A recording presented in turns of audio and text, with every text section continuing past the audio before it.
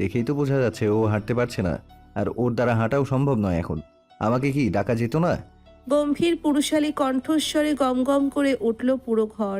সকলের দৃষ্টি হিয়নের পানে। লায়লা খাতুন ছেলেকে দেখে যেন বিরক্তই হলেন। তিতিন বলল, আমি শুরুতেই বলেছিলাম ভাইয়ার সাহায্য ছাড়া ভাবিকে রুমে নেওয়া সম্ভব নয়। মেয়েটার এখন কতটা কষ্ট হলো। ভাবি বারংবার বলছিল সে নাকি একাই যেতে পারবে। কারো কথাই কর্ণপাত করল না হিয়ন। এগিয়ে এসে প্রিহুলাকে কোলে তুলে নিল। অপ্রতিভ হয়ে বাদ সাধল ছোট্ট কিশোরী। কে শুনবে কার কথা? রুষ্ট পুরুষ কি কারো কথার ধার ধারে নাকি? হতবাক হয়ে ছেলের কাণ্ড দেখছেন লাইলা খাতুন। এরকম পরিবেশে বলার মতো কিছুই খুঁজে পেলেন না তিনি। প্রিহুলাকে নিয়ে যখন নিজের রুমের দিকে এগিয়ে গেল হিয়ন, তখন আশ্চর্যে মুখ হয়ে গেলেন লাইলা খাতুন। ছেলে তবে কি চাইছে? খুব তো দুজনের মধ্যে দূরত্বের সৃষ্টি হয়েছিল, অবশ্য এটাই হবার কথা। নাকি হিয়ন মন থেকে সবটা মেনে নিয়েছে? স্বস্তির শ্বাস ফেলে নিজের রুমে চলে গেল তিতিন। তুলি খাবার গরম করতে চলে গেল। লায়লা খাতুন কেবল স্থির হয়ে দাঁড়িয়ে রইলেন। মায়ের মন যে কু ডাকছে। আমি মানে এখানে কেন নিয়ে এলেন আমাকে? কোনো উত্তর দিল না হিয়ন। শক্ত চোখে কেবল একবার তাকালো প্রিহুলার পানে। এতেই একেবারে স্তব্ধ ছোট্ট কিশোরী। তবে মনের মধ্যিখানে ভয়ও যে উকিঝুঁকি মারছে। কি চলছে এই রাগী পুরুষের মাথায়, তা তো ঠাউর হলো না। হিয়ন পুনরায় বেরিয়ে গেল। বসার রুমে আসতেই দেখলো মামুনি আগের ন্যায় দাঁড়িয়ে আছে।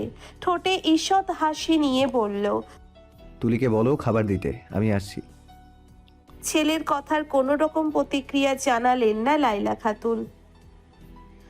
কিয়ৎক্ষণ দাঁড়িয়ে থেকে বেরিয়ে গেল হিয়ন। বাইরে আসতেই দেখলো গাড়ি মোছায় ব্যস্ত মাহমুদ।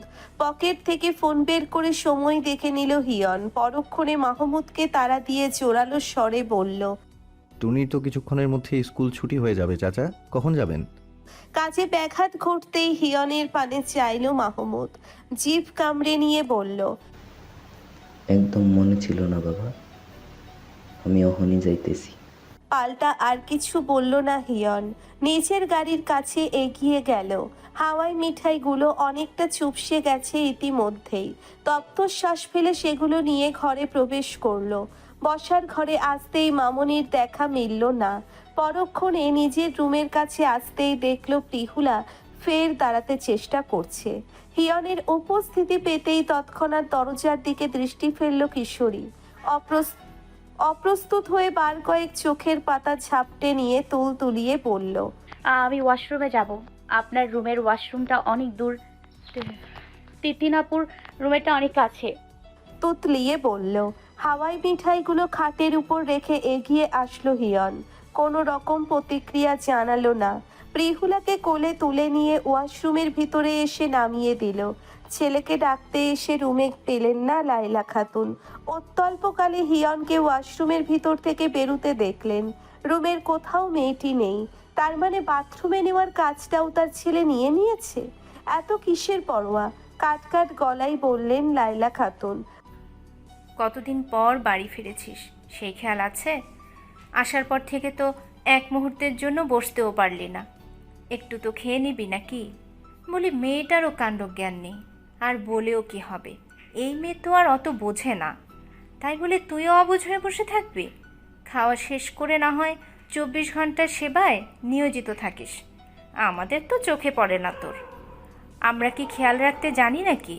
মায়ের কথা শুনে আন্দাজ করা যাচ্ছে ভীষণ রেগে আছেন তিনি। অবশ্য সন্তানের জন্য মায়ের দুশ্চিন্তা হওয়াটা অস্বাভাবিক কিছু নয়। ইচ্ছে করে তো আর নাওয়া খাওয়া ভুলে যায়নি হিয়ন। মায়ের পানে অপরাধীর মতো দৃষ্টি ফেলে বলল, এই তো এক্ষুনি আসছি মামুনি। রাতে বাড়ি ফেরার পর মেয়ের কাছে সমস্ত ঘটনা শুনেছেন লিয়াকত সাহেব। চিন্তায় একেবারে অস্থির হয়ে পড়েছেন তিনি। বড় কোনো বিপদ যদি ঘটে যেত, এর দায়িত্ব তাদেরই থাকতো। হিয়নের রুমে এবার নিয়ে দুবার আসলেন প্রিহুলার খোঁজ করতে। অবশ্য মেয়েটার জন্য খারাপই লাগছে লিয়াকত সাহেবের।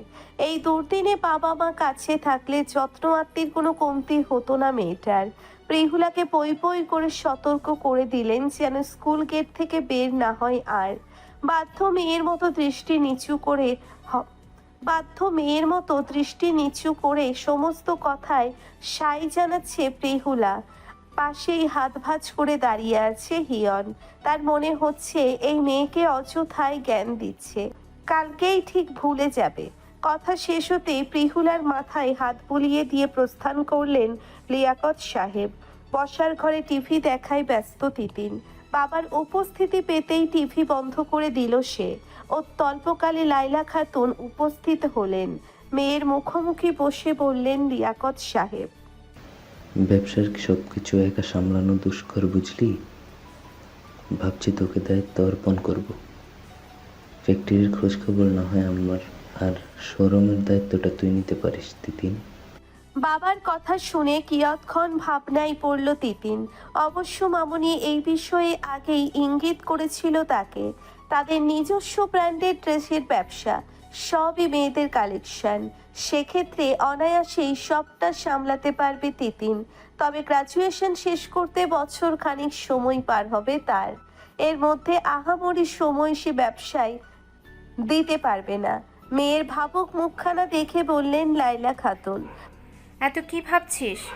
পড়াশোনার তো চাপ নেই এখন। হোস্টেলের পাট চুকিয়ে এবার বাসায় চলে আয়, আর পুরো দমে বাবাইকে সাহায্য কর। মা কিন্তু ঠিক কথাই বলেছে তিতু। বাবাই বাবাই একা সব দিক সামলে উঠতে পারে না। এটা নিয়ে আমার সঙ্গে রাগও আছে বাবার। আমি কত দিক সামলাবো বল? পড়াশোনা শেষে তো কোনো রকম প্ল্যানিং নেই তোর। পারিবারিক বিজনেসটাই দেখ, এটাই বেটার অপশন। কথাগুলো বলতে বলতে বসার ঘরে প্রবেশ করলো হিয়ন। লিয়াকত সাহেবের মুখে ঈষৎ হাসি দেখা গেল। ছেলের এই কথাটুকু তার ভীষণ ভালো লেগেছে। লাইলা খাতুন কেবল দীর্ঘশ্বাস ফেললেন। ছোট থেকে একেবারে আঁকলে নিয়ে হিয়নকে বড় করেছেন একটু একটু করে। ছেলে তার পড়াশোনায় তুখর ছিল। পাড়া প্রতিবেশী থেকে শুরু করে আত্মীয় স্বজন সবার কাছেই ছেলেকে নিয়ে গর্ববোধ করতেন তিনি। স্বামীকে প্রায়শই বলতেন, তোমার কাপড়ের ব্যবসায় ছেলেকে যেতে দিব না আমি। ছেলে আমার ডাক্তার হবে। মায়ের স্বপ্ন পূরণেই যেন ছেলের মূল লক্ষ্য ছিল। হলোও তাই। সবার সম্মুখে মায়ের মুখ ঠিক উজ্জ্বল করেছে ছেলে। হিয়নের এই সাফল্যের পিছনে কেবল নিজের অবদানই মনে করেন লাইলা খাতুন। ছেলেকে নিয়ে স্বপ্ন, আকাঙ্ক্ষা, আশা, ইচ্ছে সবসময় উচ্চ পর্যায়েই ছিল। একেবারে মায়ের বাধ্যগত সন্তান যে সে। তবে এই বাধ্যগত কতটুকু থাকে সেটাই দেখার পালা এবার। বিজনেসে পুরোপুরি সময়টাই ব্যয় করবে জানাই তিতিন। লিয়াকত সাহেবের খুশি যেন ঠিকরে পড়ছে। ছেলেকে দিয়ে যে কাজ হয়নি, মেয়েকে দিয়ে তা পূরণ হলে মন্দ কোথায়? দুই সন্তানকেই যে তিনি সমান অধিকার দিয়ে বড় করেছেন। রান্না শেষ হতেই তুলির ডাক আসলো। তিতিন আর লিয়াকত সাহেব চলে গেলেন ডাইনিং রুমে। হিয়ন উঠতেই ছেলেকে পিছু ডাকলেন লাইলা খাতুন। আমার কয়েকটা প্রশ্ন আছে, উত্তর দিয়ে যা। হ্যাঁ বলো মামুনি। তপ্ত শ্বাস ফেলে বললেন লাইলা খাতুন। সবটাই মেনে নিয়েছিস তাহলে? মানে কিছু মাস আগে গ্রামে কি ঘটেছে ওসব আর মাথাতে নেই। এবার কি পণ করেছিস গুছিয়ে সংসার করবি? অবশ্য তুই সবটা মেনে নিলে বলতে পারিস, আমি জানি আমার ছেলে খুবই বুদ্ধিমান। তোর ছোট থেকে এটা নিয়েই আমার যত গর্ব, অহংকার। মায়ের কথায় থতমত খেল হিয়ন। অবশ্য কথাগুলো বলার কারণ বেশ বুঝতে পারছে সে। আজকে মামুনির কথা অমান্য করা, তার উপর প্রিহুলাকে নিজের রুমে নিয়ে যাওয়া, সবকিছু মিলিয়ে মায়ের মনে এই প্রশ্ন দানা বেঁধেছে। কেশে গলা পরিষ্কার করে বলল হিয়ন, আপাতত দৃষ্টিতে আমরা যা দেখি সেটা নিয়ে যা ভাবি সব কিছুই যে সত্য এমন নয় মামুনি। সর্বপ্রথম বলবো, একজন ডাক্তার হিসেবে আমাকে বিবেচনা করবে। প্রিহুলার জায়গায় অন্য কেউ থাকলে এতটুকুই করতাম আমি। মেয়েটার চোট হিসেবে যেটুকু আমি বুঝেছি, একেবারেই হাঁটা সম্ভব নয় তার। এক্স রে রিপোর্টে দেখেছি পায়ের ছোট্ট আঙ্গুলটার হাড় ভেঙে গেছে প্রায়। আর তিতিন যেহেতু এখন বাসায়, তাই প্রিহুলাকে আমার রুমেই নিয়ে গেছি। সমস্যা নেই, আমি কয়টা দিন চিলেকোঠার রুমে থাকবো। কিন্তু এই মুহূর্তে প্রিহুলার স্পেস দরকার। কারোর সাথে ঘুমালে দেখা যাবে অসাবধানতায় পায়ে চোট পেয়ে গেল, তখন হিতে বিপরীত হবে। ছেলের কথা বিরক্তি বাড়াচ্ছে লাইলা খাতুনের। সবটাই আদিক্ষেতা মনে হচ্ছে। কেউ ডাক্তার হলেই কি মানুষের দাস হয়ে যায়, নাকি তার জন্মই হয় অপরের সেবার জন্য? আগে জানলে ছেলেকে কখনোই এই পেশায় আসতে দিতেন না তিনি। কথার প্রসঙ্গ পাল্টে বললেন, কয়েকদিন আগে বিয়ের কথা বলতে এড়িয়ে গিয়েছিলি, এবার আর কোনো বারণ শুনছি না আমি। তুই অনুমতি দিলে তোর বাবার সঙ্গে এ বিষয়ে আলাপ করব। অহনাকে অনেক আগে থেকেই পছন্দ আমার, জানাশোনা আছে, সব দিক দিয়েই মানানসই। এবার সোজাসুজি তোর মতামত বল। মামুনি যেন এবার আটসাটু বেঁধেই প্রশ্ন করেছেন। এর থেকে নিস্তার পাওয়ার যে কোনো রকম উপায় অন্তর নেই। অত্যল্পকালে ভাবনা তার গভীর তলদেশে নিয়ে গেল হিয়নকে। জীবন ভবিষ্যৎ নিয়ে আদেও কি ভেবেছে হিয়ন? অহনা তার সমকক্ষ হতে পারে, সম্পূর্ণই মানানসই, তবে বিয়ে অবধি কখনো ভাবা হয়নি। কলেজ থেকেই মেয়েটার সঙ্গে ওঠা বসা, আরও স্পষ্ট করে বললে ভালো বন্ধু। হিয়ন নিজেই দেখেছে কত শত ছেলের সঙ্গে সম্পর্কে জড়িয়েছে অহনা। মেয়েটা তো কখনো হিয়নকে চায়নি। নিহির ব্যাপারটাও তার খুব করে জানা, সেজন্যেই বোধ হয় আর এগোয়নি। চুপ করে আছিস কেন? এমন কোনো কঠিন প্রশ্ন মায়ের করিনি ছাঁচালো যার কণ্ঠস্বরে জন্য ভাবনার উত্তর দিতে ছেদন এতটা ঘটল সময় হিয়নের। নিচ্ছিস। মামনির এই প্রশ্নটুকুর উত্তর দিতে সে সত্যিই হিমশিম খাচ্ছে। দোনমনো ভাব, অনিশ্চিত ভবিষ্যতের ভাবনা, স্বীয় ভালোবাসার পরোয়া, সবকিছু মিলিয়ে এক বিব্রতকর পরিস্থিতি সৃষ্টি করেছে। তপ্তশ্বাস ফেলল হিয়ন, ট্রাউজারের পকেটে হাত পুরে নিয়ে মুষ্টিবদ্ধ করে বলল, অহনার ব্যাপারটা নিয়ে আমি এখনো কিছু ভাবিনি মামুনি। এই বিষয়টা নিয়ে অহনার সঙ্গে কথা বলতে হবে, কিন্তু আমি তো তাকে কেবল বন্ধুই ভেবে এসেছি। এখন বিয়ের প্রস্তাব রাখাটা শোভা পায় না। দীর্ঘশ্বাস ফেলে বললেন লাইলা খাতুন। তোর সঙ্গে অহনাই শোভনীয়, এটাই হচ্ছে সবচেয়ে বড় কথা। আমি যেটুকু বুঝতে পেরেছি অহনা দ্বিমত করবে না। সব কিছু নিজের দিকে কেন টেনে নিয়ে যাচ্ছিস?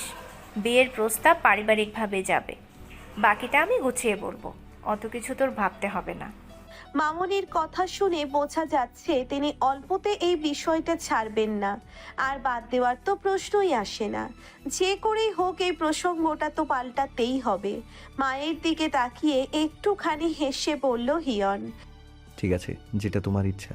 সামনের মাসে আমি আর অহনা একসাথেই বাইরে যাচ্ছি। আর একটু না হয় আমি তাকে বুঝি, জানি, তারপর আমার মতামত জানাবো। এর আগে এই বিষয়টা স্থগিত রাখো। ছেলের কথার প্রতি উত্তরে কেবল তপ্তশ্বাস ফেললেন লাইলা খাতুন। মনের সংশয় বোধহয় কেটেছে অনেকটা। গ্রাম্য মেয়েটাকে নিয়ে তো আর কিছু বলেনি হিয়ন। অবশ্য ওই মেয়েকে নিয়ে বলারই বা কি আছে? যে উদ্দেশ্যে তাকে নিয়ে আসা হয়েছে সেটুকু পূরণ হলেই বিদেয় করে দেওয়া হবে। মেয়েটার সাত কপালের ভাগ্য সে এরকম সুযোগ সুবিধা পাচ্ছে। খাওয়ার জন্যে মাকে তাড়া দিল হিয়ন। বাকি ভাবনা রেখে ছেলেকে নিয়ে ডাইনিং রুমে চলে গেলেন লাইলা খাতুন। রাশিদা আজকে স্বামীর বাড়িতে ফিরেছে। সেই যে বাপের বাড়িতে চলে গিয়েছিল, মাঝে আর এ মুখও হয়নি। জহির অনেক বাড়ি ফিরিয়ে আনার জন্য গিয়েছিল, নিজের মুখখানাও স্বামীকে দেখায়নি রাশিদা। এতটাই রাগ ক্ষোভ জন্মেছিল তার। এরকম একটা লোককে ভালোবেসে বিয়ে করেছিল, ভাবতেই গা ঘিন ঘিন করছে তার। আজকে চমেলা খাতুন নিজে রাশিদাকে ফিরিয়ে আনতে গিয়েছেন। পাল্টা আর কিছু বলতে পারেনি রাশিদা। গুরুজনদের কথা যে অমান্য করা যায় না। বৃদ্ধা এত কষ্ট করে গিয়েছেন, তাকে শূন্যে ফিরিয়ে দেওয়াটাও যে বেমানান লাগছিল। অবশেষে মেয়ের কথা ভেবেই রাশিদা চলে এসেছে। বাড়িতে এসেই যেন চক্ষু চড়ক গাছ তার। শাশুড়ি তবে ঠিক কথাই বলেছিল, তাদের টিনের ঘরখানা আর নেই, সেখানে নির্মাণ হচ্ছে পাকা দালান। তবে এত টাকা কোথায় পেল জহির? মনে যে নতুন করে ভয় আতঙ্ক উঁকে দিল। জহিরের কথায় ভাবনার ঘোর কাটল রাশিদার। তৎক্ষণাৎ ঘাড় ঘুরিয়ে স্বামীর পানে দৃষ্টি ফেলে বলল সে, এত টাকা কই পাইতাছেন আপনি? পাপের টাকায় সাম্রাজ্য তৈরি করতেছেন? করলেও আমার তাতে দম বন্ধ হইয়া যাইব। এই ঘরে আমি পা রাখুম না যতক্ষণ না আপনি কইবেন টাকা কই পাইছেন। রাশিদার কাঠিন্য কথাটুকু গায়ে জলান ধরিয়ে দিল জহিরের। মেয়ে মানুষ এত বেশি বোঝা ভালো না। স্বামীর অর্জনে খুশি হবে, নিজের শখ আহ্লাদ পূরণ হলেই তো হয়। সকল বিষয় কেন খতিয়ে দেখবে সে? সবকিছু বাড়াবাড়ি রকমেরই মনে হচ্ছে জহিরের। রাশিদা মুখ ফসকে কিছু বললে যে বিপদ। নিজের রাগটুকু চেপে রেখে বলল জহির, কিয়ৎক্ষণের জন্যে থমকে গেল রাশিদা। কপাল জুড়ে ভেসে উঠল চিন্তার সূক্ষ্ম ভাঁজ। হিয়ন টাকা দিয়েছে, এটা তো অবিশ্বাসযোগ্য। শত্রুর উপকার কে করে? নাকি বাবার কথায় বাধ্য হয়ে জহিরকে টাকা দিল হিয়ন? কিন্তু এমন ছেলে তো সে নয়। নিজের বোধবুদ্ধি বিচারে যেটা সঠিক মনে হয় সেটাই করে সে। নাকি জহির কোনো নব্য প্যাচে জড়িয়ে দিয়েছে হিয়নকে? হিসেব তালগোল পাকালো। মনে হচ্ছে হিয়নের থেকেই সবটা জানতে হবে। রাত্র প্রহর, অম্বর মেলেছে তার অপার সৌন্দর্য। অজস্র নক্ষত্রে ছড়িয়ে ছিটিয়ে আছে গোটা আকাশ। একপাশে দ্বিজরাজ একা নিঃসঙ্গ নিশ্চুপ। ছাদের রেলিং ঘেঁষে দাঁড়িয়েছে হিয়ন। মন কেমন খচখচে হয়ে আছে তার। রাতের খাওয়া শেষে আর মেয়েটার কাছে যাওয়া হয়নি। মামনি নিজেই দায়িত্ব নিয়েছে প্রিহুলার। জোরপূর্বক হিয়নকে চিলেকোঠার রুমে পাঠিয়ে দিয়েছে বলেছেন। দেখাশোনার দিকটা তিনি সামলে নেবেন। পাল্টা আর কিছু বলেনি হিয়ন। তিতিনের থেকে যত দূর জানতে পেরেছে মামনি নাকি প্রিহুলাকে নিজের হাতে খাইয়ে দিয়েছে। ঔষধটাও খুব যত্ন নিয়ে খাইয়ে দিয়েছে। এতে মন শান্ত হলেও অন্য কারণে মন অশান্ত হিয়নের। তুলিকে পাঠানো হয়েছে রাতে প্রিহুলার খেয়াল রাখার জন্য। কতটুকু ঠিকঠাক দেখভাল করে কে জানে। ইদানিং ছোট্ট কিশোরীকে গম্ভীর মুখ মনে হয় কেমন। মুখ ফুটে কিছুই যেন বলতে চায় না। তবে কি বোকার নির্মুখ ছেড়ে বেরিয়ে আসছে মেয়েটা? এখন হয়তো হৃদয়ঙ্গম করতে শিখবে সে। বুঝতে পারবে তার স্থান। মিছে জগতে বাস করছো তুমি আত্মজা। অতি শীঘ্রই নিজের গন্তব্যের পথ চিনে যাবে। হিয়ন একদিন উঠে পড়ে লেগেছিল এই অবুঝ অবোধ মেয়েটাকে বোঝাতে। অথচ সে ভুলেই বসেছিল জীবনের শিক্ষার হাতে খড়ি হয় না। কেবল সময়ই সঠিক শিক্ষা প্রদান করতে পারে। আচমকাই হিয়নের মাথায় একটা অদ্ভুত প্রশ্ন খেলে গেল। ছোট্ট কিশোরীর মনে কি হিয়নকে নিয়ে কোনোরূপ প্রশ্নের উদয় হয় না? প্রশ্নটা সর্বমস্তিষ্কে বিচরণ করতে লাগলো উদ্ভ্রান্তের মতো। প্রচণ্ড কৌতূহল ঠেলে নিয়ে গেল ছোট্ট কিশোরীর দিকে। তবে এত কিছু প্রশ্ন কিভাবে করবে হিয়ন? সময় হলেই না হয় মেয়েটা প্রশ্ন নিয়ে হাজির হবে। হাত ঘড়িতে চোখ বুলিয়ে নিল হিয়ন। ইতিমধ্যেই রাত 2টো বেজে গেছে।